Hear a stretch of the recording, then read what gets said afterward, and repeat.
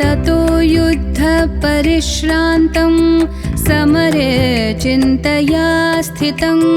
रावणं चाग्रतो दृष्ट्वा युद्धाय समुपस्थितं दैवतैश्च समागम्य द्रष्टुमभ्यागतो रणम् उपागम्याब्रवीद्रामम् अगस्त्यो भगवान् ऋषिः राम राम महाबाहो शृणु गुह्यं सनातनं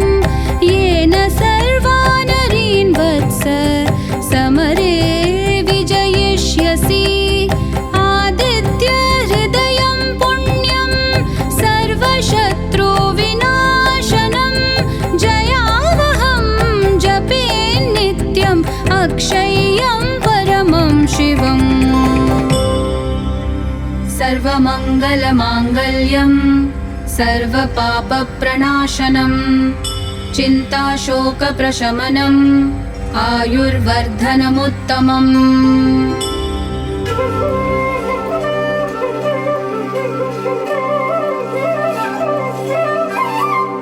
रश्मिमन्तं समुद्यन्तं देवासुरनमस्कृतं पूजयस्व विवस्वन्तं भास्करं भुवनेश्वरं सर्वदेवात्मको ह्येषः तेजस्वी रश्मिभावनः येष देवासुरगणान् लोकान् पाति गभस्तिभिः येष ब्रह्मा च विष्णु च शिवस्कन्द प्रजापतिः महेन्द्रो धनदकालो यमः सोमोऽध्यपाम्पतिः पितरो वसवसाध्या यश्विनौ मरुतो मनुः वायुर्वह्नि प्रजा प्राण ऋतुकर्ता प्रभाकरः आदित्यः सविता सूर्य खगपूषा गभस्तिमान् सुवर्णसदृशो भानु हिरण्यरेता दिवाकरः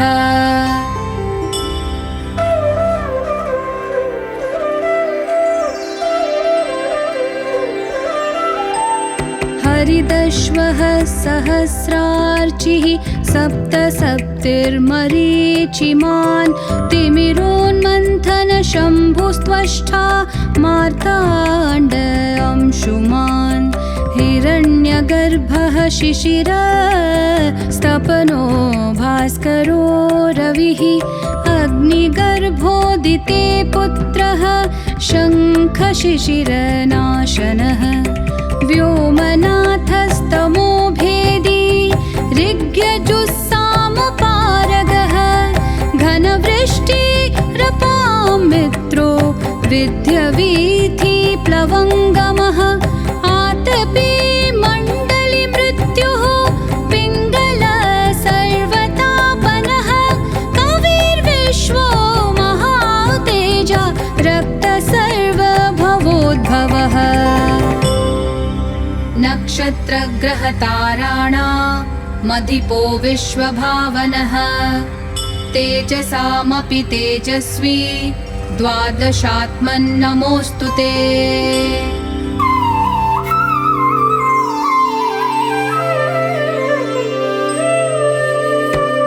नमः पूर्वाय गिरये पश्चिमायाद्रये नमः ज्योतिर्गणानां पतये दीनाधिपतये नमः जयाय जयभद्राय हर्यश्वाय नमो नमः नमो नमः सहस्रांशो आदित्याय नमो नमः नम उग्राय वीराय सारंगाय नमो नमः नमः पद्मप्रबोधाय मार्ताण्डाय नमो नमः ब्रह्मेशानच्युतेशाय सूर्याय दित्यवर्चसे भास्वते सर्वभक्षाय रौद्राय विपुषे नमः सर्वज्ञाय हिमज्ञाय शत्रुज्ञायामितात्मने कृतघ्नज्ञाय देवाय ज्योतिषां पतये नमः।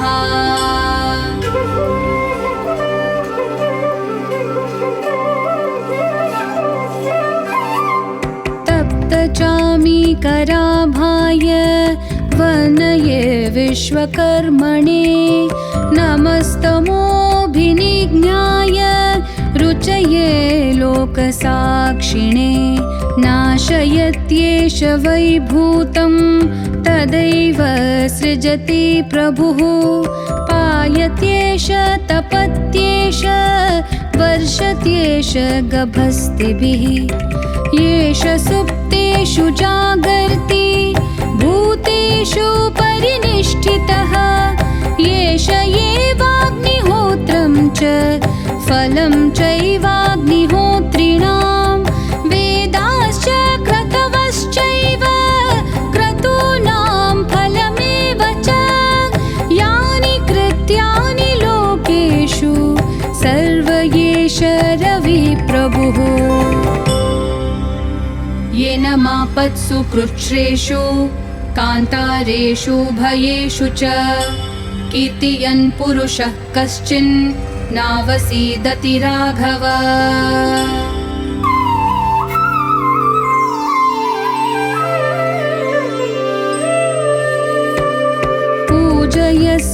पूजयस्वैनमेकाग्रो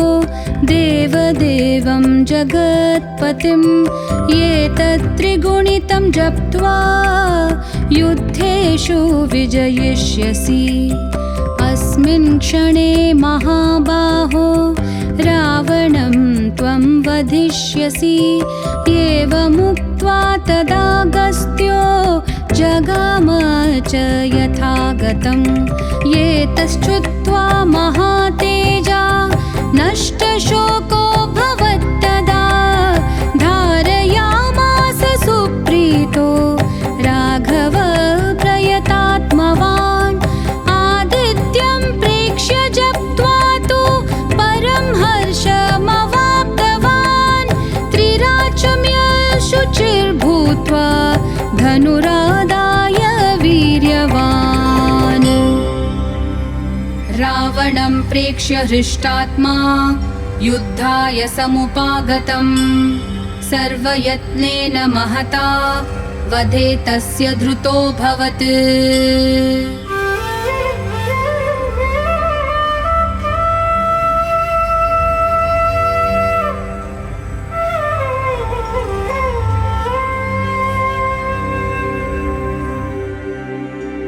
अथ रविरवदनिरीक्ष्य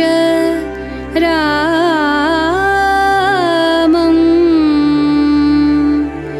मुदितमनाः परमं प्रहृष्ट्यमानः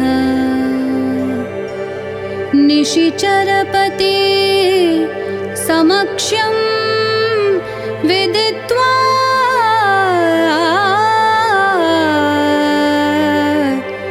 सुरगण मध्यगतो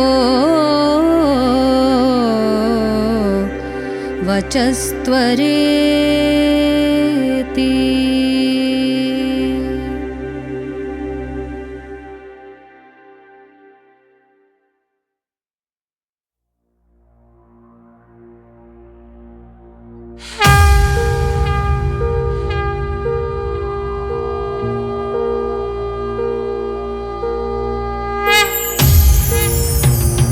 देवराज सेव्यमान पावनं कृपङ्कजं व्यालयज्ञसूत्रबिन्दुशेखरं कृपाकरं नारदादियोगिवृन्दवन्दितं दिगम्बरं काशिकापुराधिनाथ कालभैरवं भजे। भानुकोटिभास्वरं भवाब्धितारकं परं नीलकण्ठमीप्सितार्थदायकं त्रिलोचनं कालकालमम्बुजाक्षमक्षशूलमक्षरं काशिकापुराधिनाथ कालभैरवं भजे।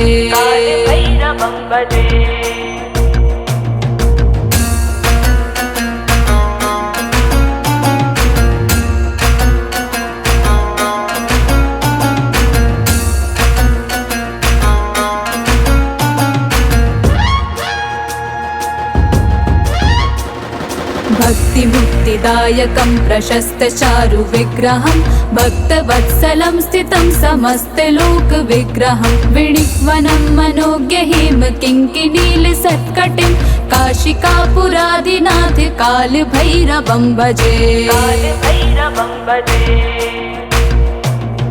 धर्मसेतुपालकं त्वधर्ममार्गनाशनं कर्मपाशमोचकं सुशर्मदायकं विभुं स्वर्णवर्णशेषपाशशोभिताङ्गमण्डलं काशिकापुरादिनाथ कालभैरवं भजे।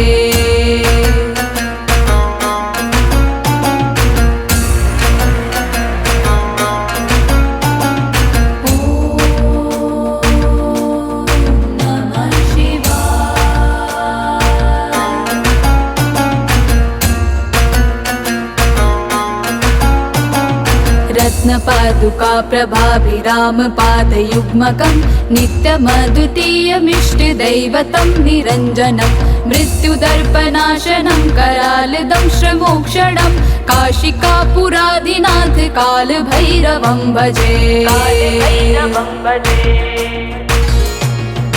अट्टहास भिन्न पद्मजाण्डकोश सन्ततिं दृष्टपात नष्टपाप जाल मुग्र शासनम् अष्टसिद्धिदायकं कपालमालिकाधरं काशिकापुरादिनाथ कालभैरवं भजे।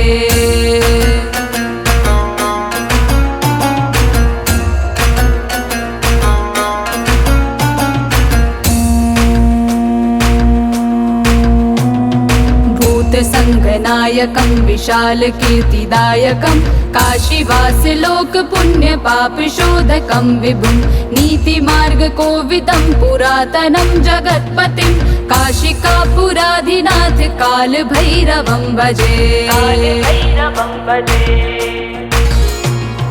कालभैरवाष्टकं पठन्ति ये मनोहरं ज्ञानमुक्तिसाधनं विचित्रपुण्यवर्धनं शोकमोहदैन्यलोभकोपतापनाशनं प्रयान्ति कालभैरवं हृसन्निधिं नरा ध्रुवं काशिकापुरादिनाथ कालभैरवं भजे।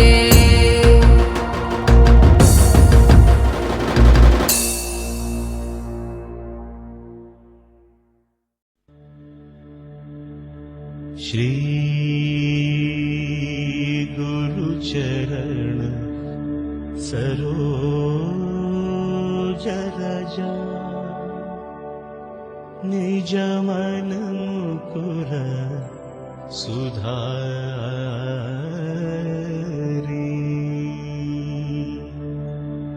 वरण रघुवर विमल यश जो दायक फलचारी बुद्धिहीन तनु जानिकै सुमिरौ पवन कुमार बल बुद्धि विद्या देह हरहु कलेश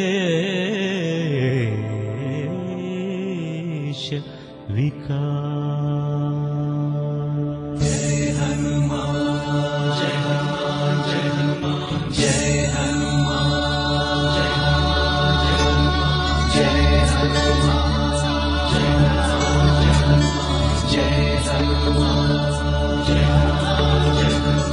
जय हनुमान जय हनुमान जय हनुमान ज्ञान गुण सागर जय कपीश तिहुलोक उजागर रामदूत अतुलित बलधामा अंजनी पुत्र पवन सुत नाम महावीर विक्रम भजरंगी कुमति निवार सुमति के संगी कंचन वरण विराज सुवेश कानन कुंडल कुञ्चित केश हाथ वज्र अरुध्वजा विराजै कान्धे मूञ्ज जनेऊ छाजै शङ्कर सुवन केसरी नन्दन तेज प्रताप महाजगवन्दन विद्यावान गुणी अति चातुर राम काज करिवे को आतुर प्रभु चरित्र सुनिवे को रसिया राम लखन सीता मन बसिया सूक्ष्म रूप धरि सियति दिखावा विकट रूप धरि लंक जलावा भीम रूप धरि असुर संहारे रामचंद्र के काज सवारे जय हनुमान जय हनुमान जय हनुमान जय हनुमान जय हनुमान जय हनुमान लाय सजीवन लखन जियाय श्री रघुवीर हर शिवर लाय रघुपति कीन्ही बहुत बड़ाई कहा भरत सम तुम प्रिय भाई सहस वदन तुमरो यश गावै अस कहि श्रीपति कंठ लगावै सनकादिक ब्रह्मादि मुनीशा नारद शारद सहित ईशा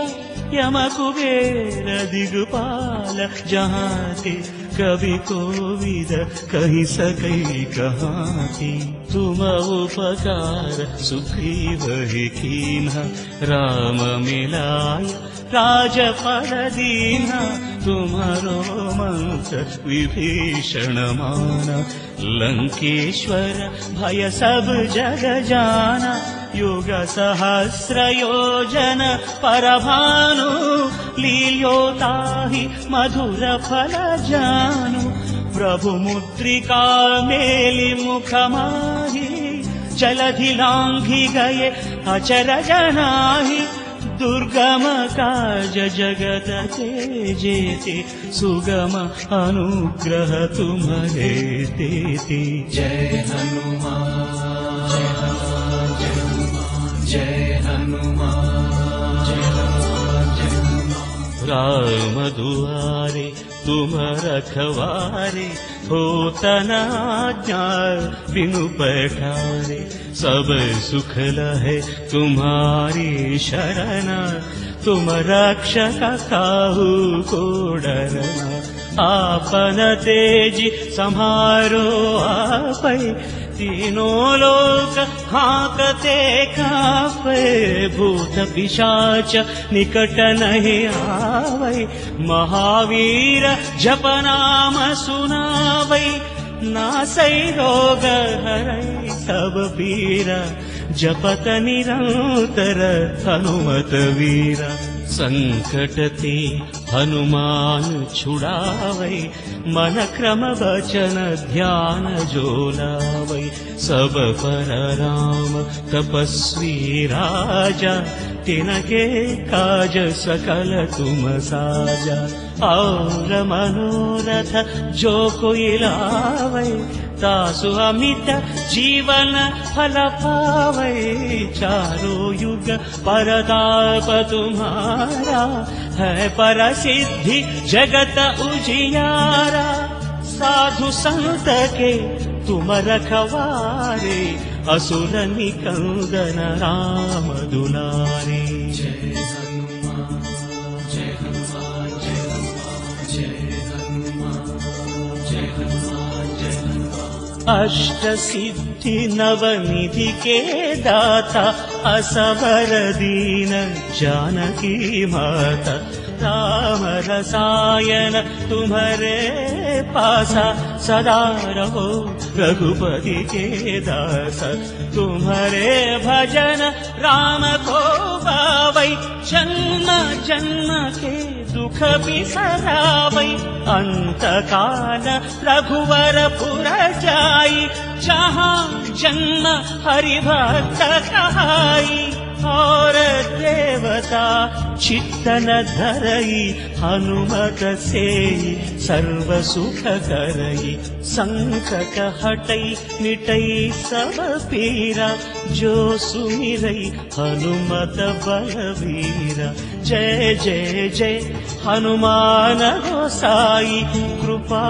करो गुरुदेव की नाई यह शतवार पाठ कर जोई छूटहि बंदी महासुख होई जो यह पढ़ई हनुमान चालीसा होय सिद्धि साखी गौरीसा तुलसीदास सदा हरिचेरा की जयनाथ हृदय महडेरा राम लक्ष्मण जानकी जय बोलो हनुमान की राम लक्ष्मण जानकी जय बोलो हनुमान की राम लक्ष्मण जानकी जय बोलो हनुमान की राम लक्ष्मण जानकी जय बोलो हनुमान की राम लक्ष्मण जानकी जय बोलो हनुमान की राम लक्ष्मण जानकी जय बोलो पवन तनय संकट हरन मंगल मूर्ति रूप राम लखन सीता सहित हृदय बसहु सुरभु इति श्री हनुमान चालीसा राम लक्ष्मण जानकी जय बोलो हनुमान की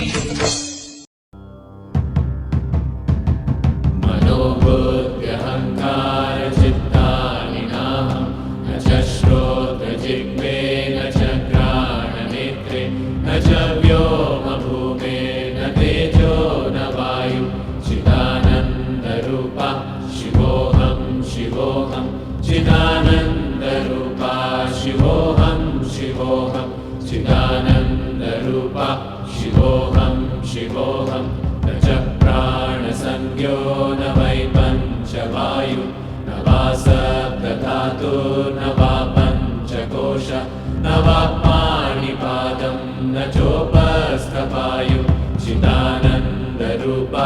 शिवोऽहं शिवोऽहं चिदानन्दरूपा शिवोऽहं शिवोऽहं चिदानन्दरूपा शिवोऽहं शिवोऽहं न मे द्वेषरागौ न मे लोभमोहौ न मे वैमदो नैव मात्सर्यभावः न धर्मो न चार्थो न कामो न मोक्षः चिदानन्दरूपा शिवोऽहं शिवोऽहं चिदानन्दरूपा शिवोऽहं शिवोऽहं चिदानन्दरूपा शिवोऽहं शिवोऽहं न पुण्यं न पापं न सौख्यं न दुःखं न मन्त्रो न तीर्थं न वेदा न यज्ञः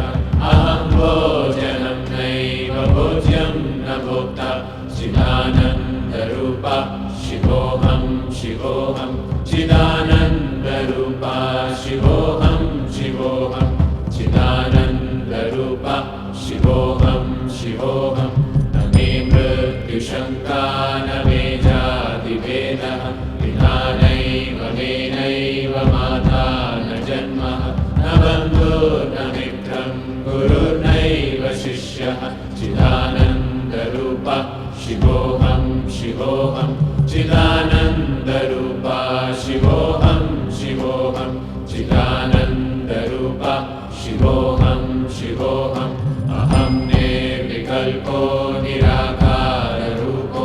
विभुत्वाच्च सर्वत्र सर्वेन्द्रियाणां न च सङ्गतं नैव मुक्तिर्न मेयः चिदानन्दरूपा शिवोऽहं शिवोऽहं चिदानन्दरूपा शिवोऽहं शिवोऽहं चिदानन्दरूपा शिवोऽहं शिवोऽहं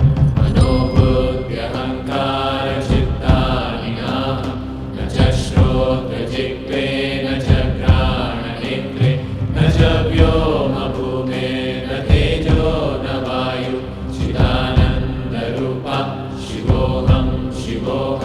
चिदानन्दरूपा शिवोऽहं शिवोऽहं चिदानन्दरूपा शिवोऽहं शिवोऽहं न च प्राणसंज्ञो न वै पञ्चवायु न वा सप्तधातुर्न वा पञ्चकोश न वा पाणिपादं न चोपस्थपायु चिदानन्दरूपा शिवोऽहं शिवोऽहं चिदानन्दरूपा शिवोऽहं शिवोऽहं चिदानन्दरूपा शिवोऽहं शिवोऽहं न मे द्वेषरागौ न मे लोभमोहौ न मे मदो नैव मात्सर्यभावः न धर्मो न चार्थो न कामो न मोक्षः चिदानन्दरूपा शिवोऽहं शिवोऽहं चिदानन्दरूपा शिवोऽहं शिवोऽहं चिदानन्दरूपा शिवोऽहं शिवोऽहं न पुण्यं न पापं न सौख्यं न दुःखं न मन्त्रो न तीर्थं न वेदा न यज्ञः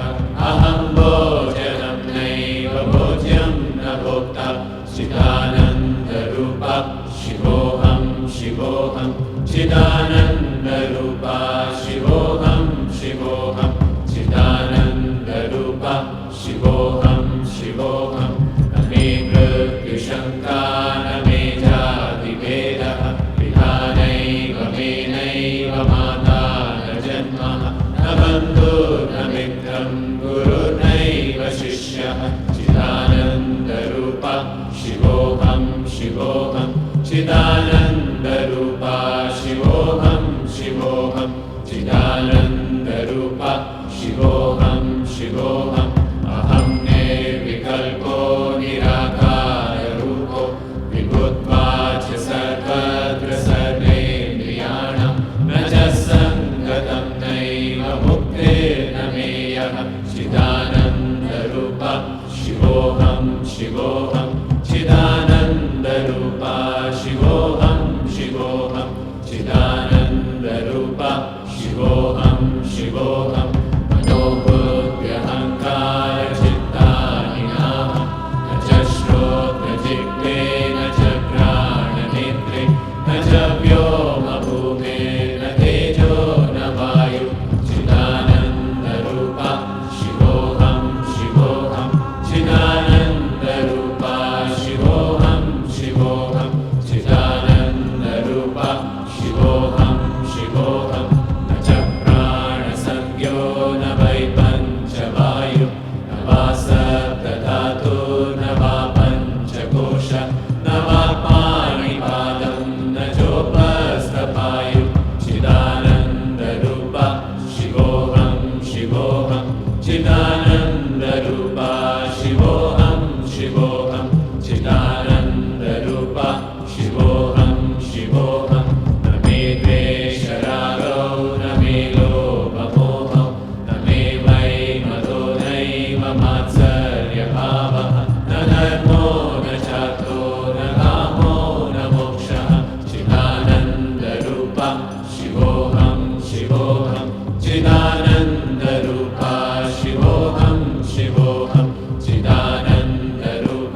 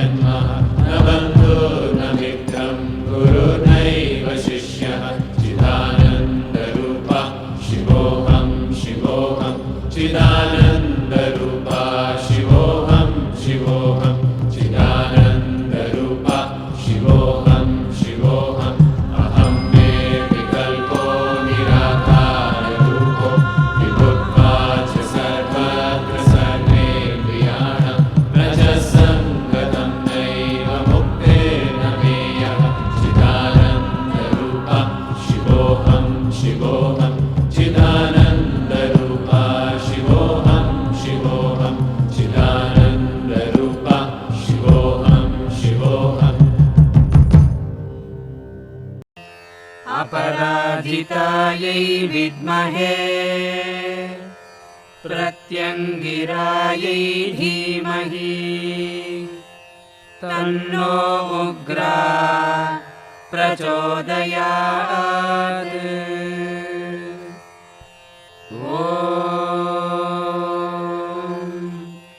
प्रत्यङ्गिरायै विद्महे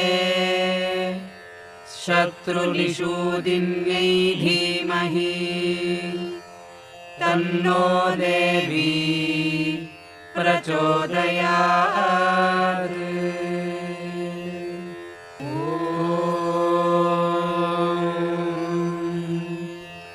अपराजितायै विद्महे प्रत्यङ्गिरायै धीमहि तन्नो उग्रा प्रचोदयात्।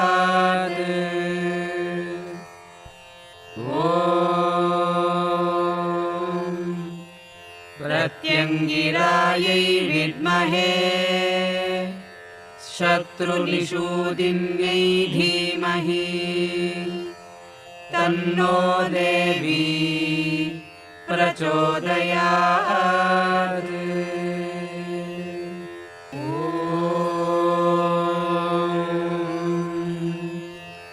अपराजितायै विद्महे प्रत्यङ्गिरायै धीमहि तन्नो उग्रा प्रचोदयात्।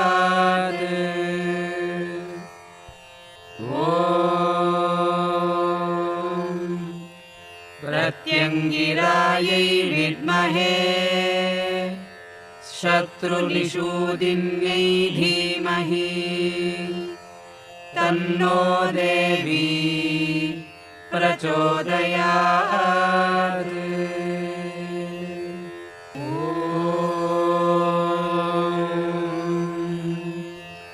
अपराजितायै विद्महे प्रत्यङ्गिरायै धीमहि तन्नो उग्रा प्रचोदयात्।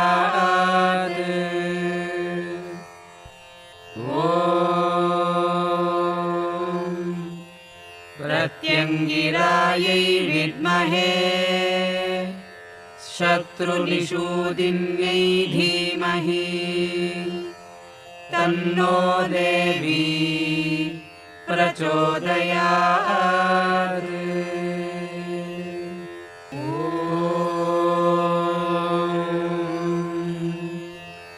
अपराजितायै विद्महे प्रत्यङ्गिरायै धीमहि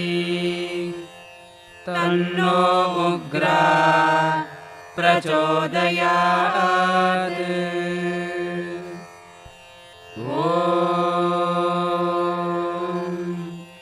प्रत्यङ्गिरायै विद्महे शत्रुनिषूदिन्यै धीमहि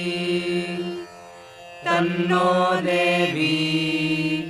प्रचोदयात्। श्रीप्रत्यङ्गिरामाला मन्त्राः। ॐ नमः कृष्णवाससे शतसहस्रकोटिसिंहासने सहस्रवदने अष्टादशभुजे महाबले महाबलपराक्रमे अजिते अपराजिते देवी महाप्रत्यङ्गिरे प्रत्यङ्गिरसे अन्यपरकर्मविध्वंसिनी परमन्त्रोच्चाडिनी परमन्त्रोत्सादिनी सर्वभूतदमनी गें शौं प्रें ह्रीं क्रों मां सर्व उपद्रवेभ्यः सर्व आपद्भ्यो रक्ष रक्ष। ह्रां ह्रीं श्रीं क्रों सर्वदेवानां मुखं स्तम्भय स्तम्भय सर्वविघ्नं छिन्धि छिन्धि सर्वदुष्टान् भक्षय भक्षय वक्त्रालयज्वालाजिह्वे कराळवदने सर्वयन्त्राणि स्फोटय स्फोटय त्रोटय त्रोटय प्रत्यसुरसमुद्रान् विद्रावय विद्रावय सं रौद्रमूर्ते महाप्रत्यङ्गिरे महाविद्ये शान्तिं कुरु कुरु मम शत्रून् भक्षय भक्षय ॐ ह्रां ह्रीं ह्रूं जम्भे जम्भे मोहे मोहे स्तम्भे स्तम्भे ॐ ह्रीं हुं फट् स्वाहा ॐ ह्रीं ईं ग्लौं श्रीं सौं ऐं हुं कृष्णवसने शतसहस्रसिंहवदने अष्टादशभुजे महाबले शतपराक्रमपूजिते अजिते अपराजिते देवी